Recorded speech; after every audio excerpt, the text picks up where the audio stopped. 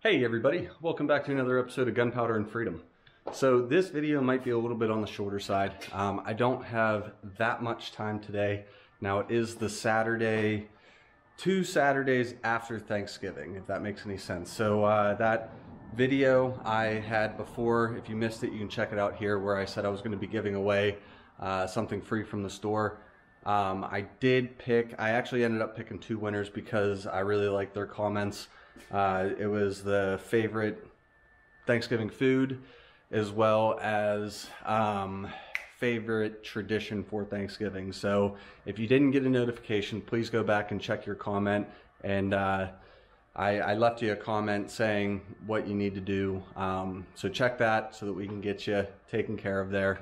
But today we got a couple real quick things going on. I hope they're quick. I always say that and then they end up taking 3 weeks. But I'm gonna get the cameras set up real quick and just give you guys a brief rundown so that I can get to work and get this stuff done. Okay, so on top of doing a little bit of cleaning and organizing in here, I do have some stuff that I've been wanting to do for a while, but it's just one of there are those things where it's like, it's just going to take longer to find the tools and everything and get set up than it is to actually do it. So one is, this video hasn't come out yet, but I did cut the overhang off the existing roof here so we can start framing in this wall.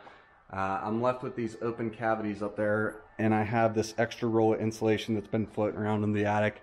So I'm just going to cut this guy up and shove it up there just to help give us some extra insulation in between the garage and the house. Now I am going to be insulating everything, but you know, I have it, so I might as well use it. Another thing is I want to nail up all of these little boards that I cut. I'm blanking on what they're actually, the blocking for in between all my studs. That way when I hang cabinets or mount stuff to the wall, it's nice and solid there. As well as I would like to get, and again, I'm blanking on the name of this, but the boards that are going across from my rafters here, I want to get those cut and nailed up so I can finish running that last piece of wire that I need. And then, yeah, so those 3 things are on the docket for today.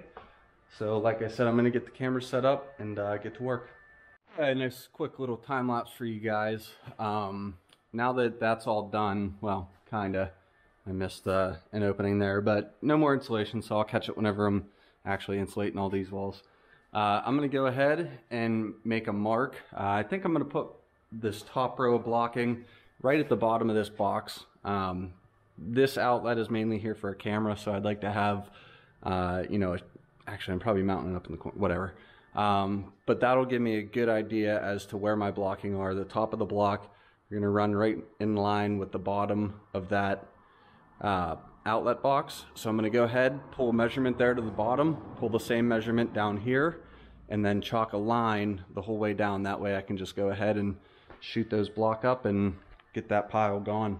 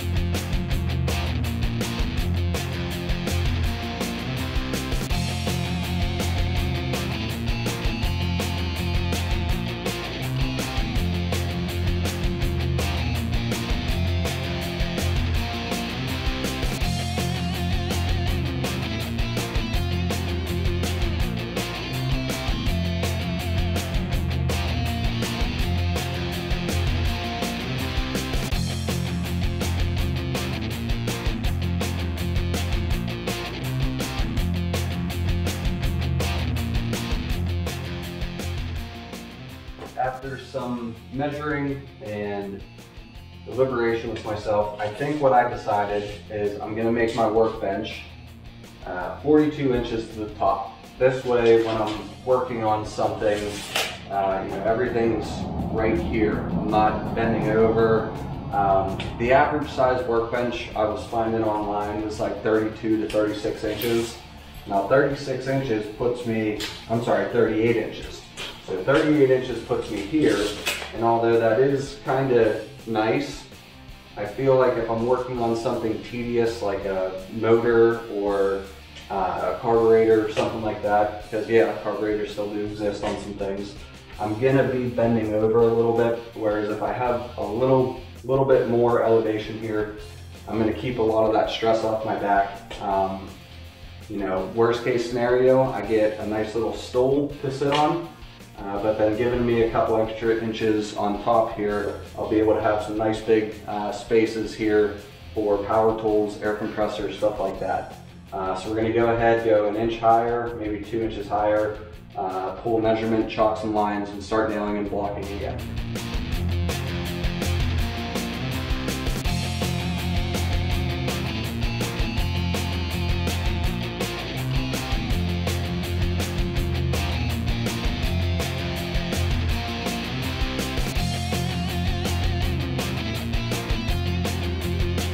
Okay, so everything's going pretty good. I got tied up in the house.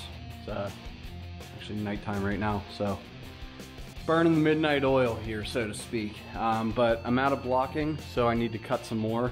Now, if you guys did see, I did have to kind of trim a lot of these up. I'm assuming that whenever I was using that jig, I guess if you want to call it, like I said in that video, whenever I was cutting, I noticed the saw was twisting a little bit. So they were a little out of square. It wasn't that bad though. I would say probably half of them just needed kind of re-squared, and they fit perfect. So now that I have my miter saw actually out and hooked up, I'll just go ahead and get my board set up, make a mark on the guard, and then I can just line it up with that mark every time. Still don't need to, you know, pull a measurement every single cut. So I'm gonna get some lumber in here and start cutting.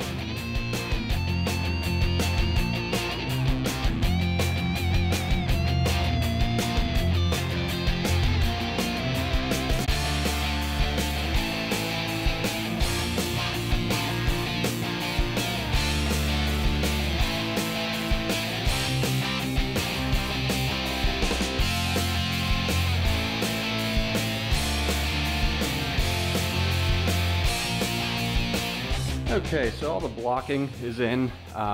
You know, I didn't do every wall. We have light switches, a door. We don't really have that much room there, so I'm not really worried about hanging anything on that wall. Mainly, I'm just kind of focused on the area where my workbench is going to be, as well as my work desk. And then up here, if you can see it, we're going to have a sweeper hanging in this corner, as well as, you know, some various shelving, whatever, that hooks for like rakes and shovels and stuff.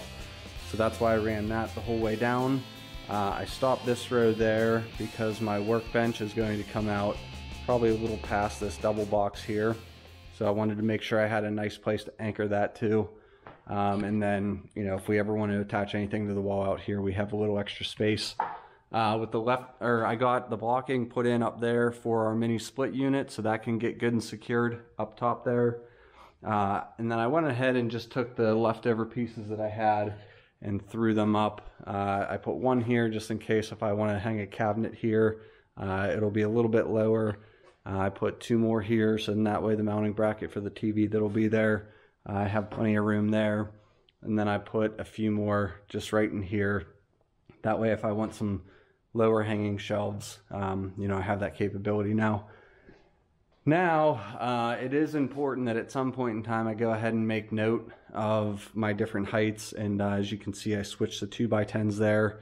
It's just kind of extra lumber we had laying around from the framing, so it's nothing that really was going to go to waste. So just trying to use that up. So next, if I can figure out a way to get up there, I would like to do the collar ties. That's what they're called. So yeah, let me think on that. And we have scaffolding up at the garage, but it's like 8 o'clock and I don't really feel like going up and getting scaffolding right now. So we'll see if we can make this happen tonight. Don't know if you guys know this about me or not, but I hate heights. So I was thinking I could get that done with the ladder I have now. If I was comfortable with heights, I could probably make it happen, but I'm not, so I'm not going to risk it. You know, I already had one spill, you know, out of a tree. I don't really want to take another fall onto concrete this time. Started doing my collar ties just to kind of kill some time, help me free up some space from all this excess wood. I do need to frame in this wall. Yes, I am listening to the quote-unquote Steelers game, so I don't even want to talk about that right now. But wanted to just kind of step away. I wanted to finish this before I started getting into the framing there, so I'm going to get these collar ties up, but I have to kind of do some makeshift scaffolding. Might be a little bit sketchy, but we're going to make it work because I need to get this done.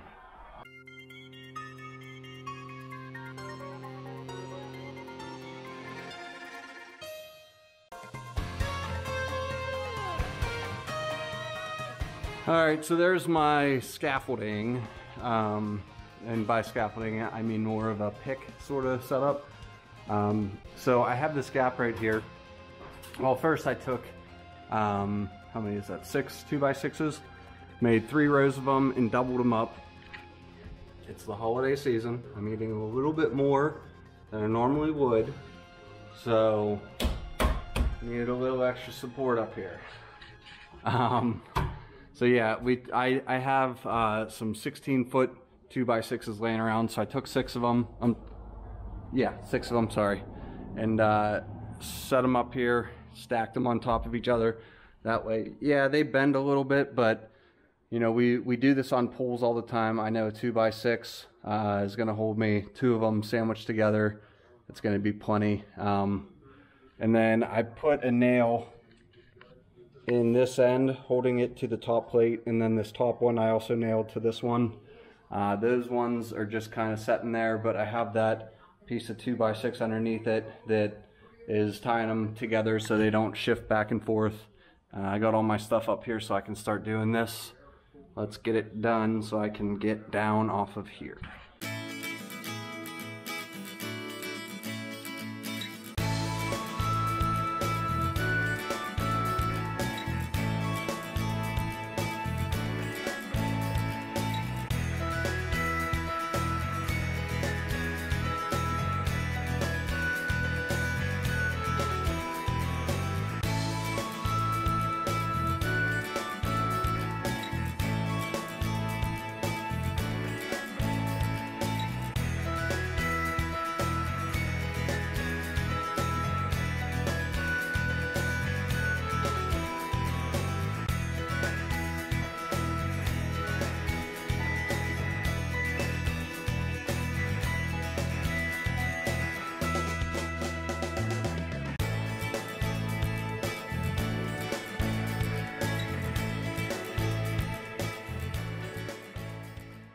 Okay, so the blocking video actually wasn't as long as I thought, so I decided to go ahead and change that up and put the collar ties in with that. Now, like I said, in that frame that I cut, not the biggest fan of heights, so I rigged up some scaffolding that, again, you got, well, bridging, or a pick, I don't know, whatever you want to call it. That's what I rigged up with those 2x6s. We got it done. I'll show you what we did and why we did it. Let's just go up this ladder. So first things first, the collar ties are here to do a couple things for me. One, with that road being so close, should we get a heavy snow or something and that snow plow goes whizzing past and hits the roof with any snow or anything, these are going to give us some support, provide some support, that's what I was trying to say, side to side movement. I nailed them up pretty good on each side. You can see they're all nice and straight there.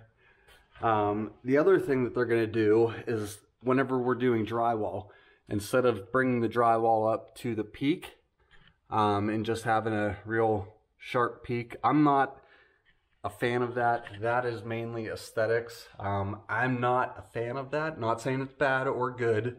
Aesthetically, I just prefer like kind of a flat area. So the drywall is going to come up and then flatten out here and then go down. So for me, I like the looks of that better. That's why I chose to do it like that. Plus it's going to give me some room on the back side there to run the wire up and across here without drilling in to our ridge board there. So that is going to do it for this video. We get down off this ladder here, and I just want to remind you guys that there is a link in the description for our Etsy store. You can get, you know, yourself a shirt like this, a nice 3/4 t-shirt if you saw that, as well as one of these hats. I have a couple beanies without the little fuzzy ball at the top.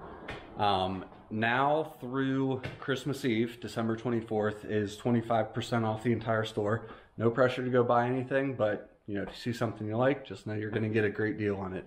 Like I said, the link's in the description. So once again, I want to thank everybody for tuning in to another episode of Gunpowder and Freedom. I cannot say this enough. I feel like I say it in every video, but I cannot thank everybody for their support.